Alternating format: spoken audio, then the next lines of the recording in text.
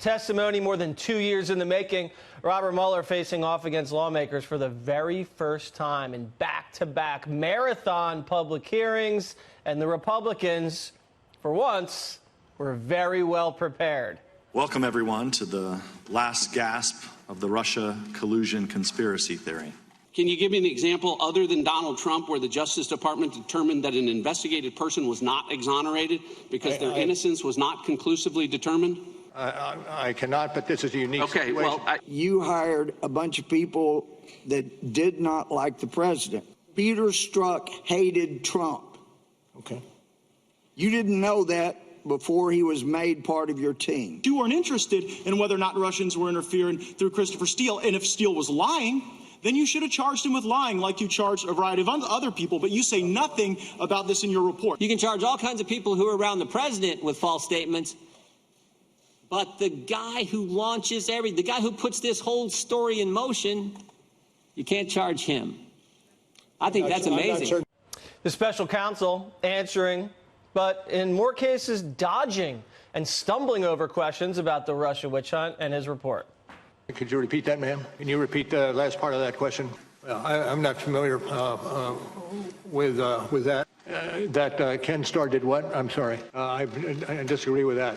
Can you repeat the question, sir? That went a little fast for me. And where are you reading from on that? I'm reading from my question. Then could you repeat it?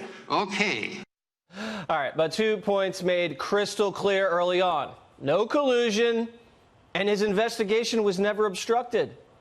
The investigation did not establish that members of the Trump campaign conspired with the Russian government in its election interference activities. At any time with the investigation, was your investigation curtailed or stopped or hindered? No. House Judiciary Committee members, Congressman Matt Gaetz of Florida and Louie Gohmert of Texas, were there questioning Mueller, and they join me now. All right, Congressman, it's very clear that Mueller had no control over the investigation. He was asleep at the wheel, and it was run by Clinton donors and Clinton lawyers. So that means only one thing, that Donald Trump was framed by Team Clinton, and Donald Trump was investigated by Team Clinton, and Donald Trump won and came out on top, which just goes to show how crooked and ineffectual Hillary Clinton actually is, Congressman Gohmert. Well, you put it so articulately, Jesse, as you always do. But, but now people should understand, you're right. He didn't have control, but he could have had control if he wanted it. Right. He chose intentionally to let Weissman just go wild, and all these other people struck while he was there.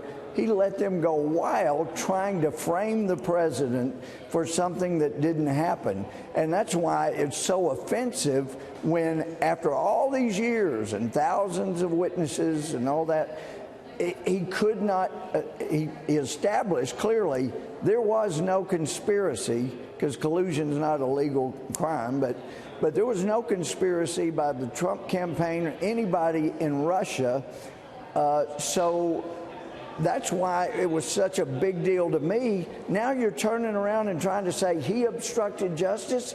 He knew he was innocent. That's all he wanted. He wanted justice, because if justice occurred, he would be totally exonerated, totally acquitted, and justice was not happening under Mueller, Weissman, and their whole cabal. Yeah, Congressman Gaetz, the American people are not going to go for impeaching a president who obstructed an investigation into a crime he didn't commit, or obstructed an investigation that the lead investigator said was never obstructed.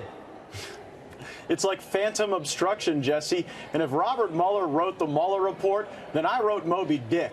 Because the answer he gave most frequently was, not my purview, not my purview. Now, that didn't work so well for Robert Mueller. I'm going to see if it works for me this weekend when my girlfriend asks me to clean her cat's litter box. I'm just going to tell her it's not my purview. Not my purview. But here's what we don't understand. How is it Mueller's purview to write 3,500 words about one Russian lawyer's meeting with the Trump campaign when that very same Russian lawyer met with DNC operatives the day before and the day after the meeting with the Trump campaign. This was obviously a setup, as you mentioned in your monologue, and the setup was driven by, I believe, elements of the Obama government, people like Brennan and Clapper, and that's why the work of the Attorney General right now is so important, because we are going to get to the bottom of this corrupt investigation. Yeah, Fusion GPS President Glenn Simpson met twice, the day before and the day after the Trump Tower meeting with this Russian lawyer lady. And when Mueller was asked about Fusion GPS, watch what he said. Roll the tape. When you talk about the firm that produced the Steele reporting, the name of the firm that produced that was Fusion GPS. Is that correct? I'm not familiar with that. It's not a trick question, right? It was Fusion GPS. So I guess Democrat collusion with Russians, that's not in his purview either, Congressman Gohmert.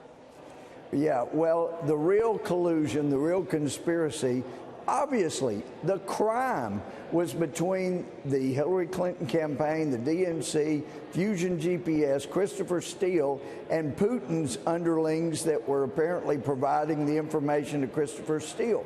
The Russians did affect the election, but fortunately, it was not enough to create enough division to keep Trump from winning.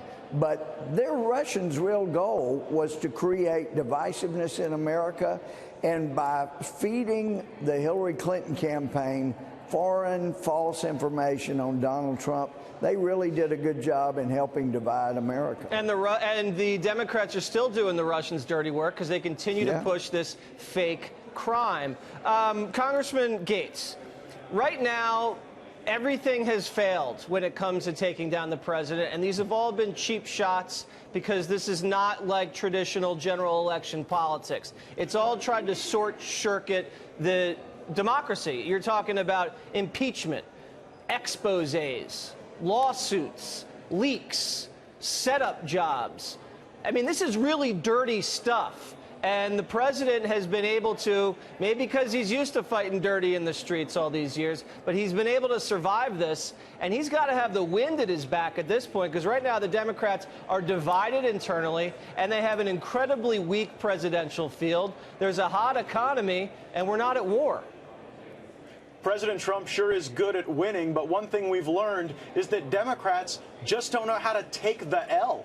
In 2016, when they lost the election, it couldn't be because they had a terrible candidate in Hillary Clinton. It couldn't be because Donald Trump worked them silly on the campaign trail, going to the Rust Belt, going with a campaign schedule that was far more aggressive than Hillary Clinton's. It had to be because the Russians had told people to vote for Donald Trump instead of Hillary Clinton, an absurd proposition. Look, in 2018, when Republicans lost the House, we didn't try to make Nancy Pelosi seem like an illegitimate speaker. We just disagree with her policies, and we're willing to have the debate. But this is what's going on with the radical left right now. They can't argue with us about economic policies or regulatory policies or energy policies. And so instead, they try to deplatform and defame and delegitimize anyone that's beating them out there in the public square. And frankly, in the 2020, that's why the president's going to win. He's focusing on the things that matter for the American people. All right, Congressman Gohmert, Congressman Gaetz, thank you guys very much, and good luck with the litter box over the weekend.